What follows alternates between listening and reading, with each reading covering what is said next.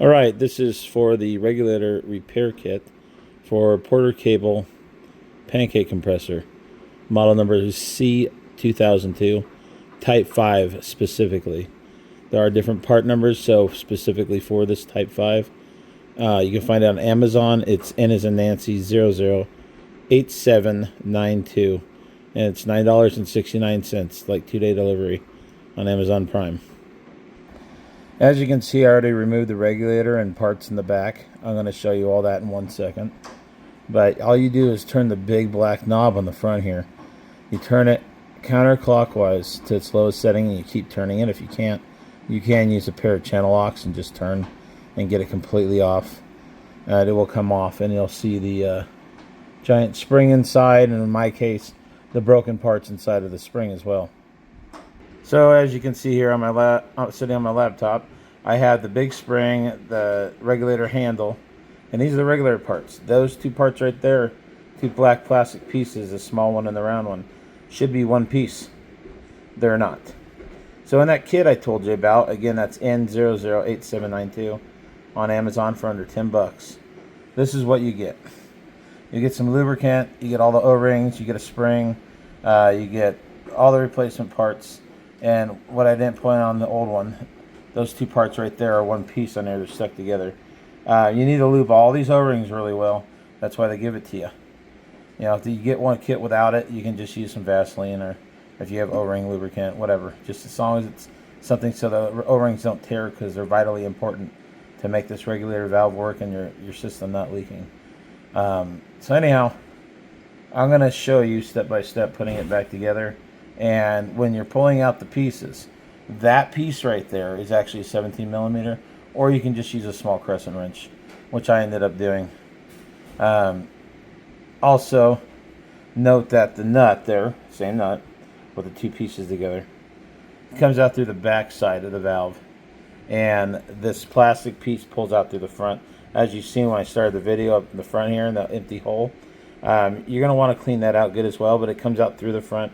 Just a flathead screwdriver, just carefully pry it and pull it out. That back piece right there, those two pieces, as you see here, the new ones are two pieces. Before I slide it over that little O-ring, they come out the back side. So all that comes out the back, those two pieces. This plastic comes out the front, along with, of course, the big spring and your regulator handle. Turning it counterclockwise, and you'll just turn it clockwise when you put it back together after everything's assembled. You will want to clean out this cavity. You can see it's kind of dirty now. Got all kinds of things going on. Clean that out and make it smooth. You don't want any of that stuff catching your new O-ring as you're putting it in. You want to clean the assembly to start out.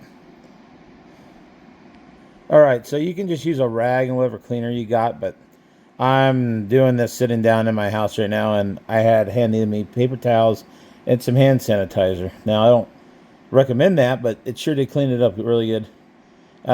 Something else I want to mention on mine, and I bought this new, so I don't know if the spring totally dissolved and went into the tank or what. I mean, anything could happen. But what's really strange is that the spring right there, this spring goes over the top of that, and that seats on that little O-ring. I don't have any of that here, and we thoroughly just inspected everything. It's gone. So what's going to happen is that spring will sit on top of there, and I'll show you right now. And then that other piece right there goes inside, and then this piece right here, see this nub? That will be facing you in the hole. So basically, I'll put it together, and you'll see right now how it will look, and piece by piece. So I'll stand by. So in essence, this piece is going to look like this.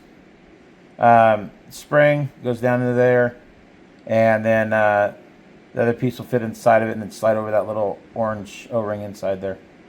I don't know if I also mentioned before, they do give you not really an instruction guide, just make sure you lubricate. So they don't tell you how to put it back together, so make sure you pay attention how it comes apart. But I'll be showing you some of that as well.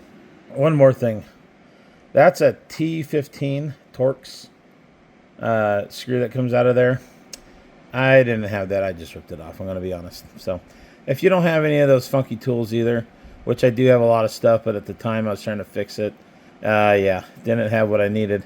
So it came off. I was trying to fix it. and make it work. But obviously we needed a whole kit. So anyway, that's what it is if you need it. You can also on the back side of the screw piece, let me show you that. I showed you the whole assembly.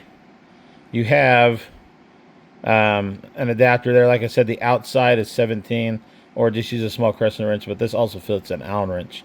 So whatever you got, whatever you're going to use, just you have some options. So I'm going to go ahead and use this lubricant that they provided. It's not much, but like you said, you don't need much. So it comes in a little baggie, says lube. You only need a little bit, just enough not to cut the O-rings. All right, stand by. Okay, so those 3 pieces are screwed into the back. You got the metal cap, the spring, and a valve. And you can see it sticking through the front here, so I don't know if you can see that very well. You can see there's the brand new one, and there's an O-ring on that too that goes on there to seal that back screw. They give you multiple O-rings, so we're trying the bigger one first. There's also a slightly smaller one, seems to fit better. So if it doesn't work, we'll just have to put that on, but otherwise, and I'll make note of that, but I think it's okay right now. If it has a leak, it's not a big deal. Unscrew it and redo it. So now that pushes in, you know, like a lot like a Schrader valve. You can see, I don't know if you can catch that. It does push in a little bit and rides on that O-ring I showed you earlier. So the next piece, I got this all lubed up. I'm going to lube up this cavity and slide this in. Now this goes this way into this hole, not the other way. That O-ring sits against that valve. And then on top of here, the reason like that is for that big spring and the handle, or the last 2 pieces that go in. All right, so that's what it looks like in. Just it actually slid in really easy. Instant alignment right into its cavity. And the last 2 pieces are going to be this big spring and the handle, and that just goes, the spring just goes in. I'll show you that. All right, so this will just stand straight up, and then you screw the handle right back onto those threads. So I also recommend just wiping off the threads and cleaning out this bottom piece. That little nub will go on the spring right here. We'll just screw this right back on there. All right, so that's how it'll be, just like that. It's back on. Yeah, my cover was perfect, but when I first started taking this apart, it wouldn't turn anymore. And I thought there's a screw underneath this handle, and there isn't. So don't do the same thing, because it was nice. So I'm just going to have to glue that back or forget about it. But clearly, clockwise is positive, and reverse is counterclockwise for less air pressure. So we'll plug this in and give it a try, and we'll see how we do.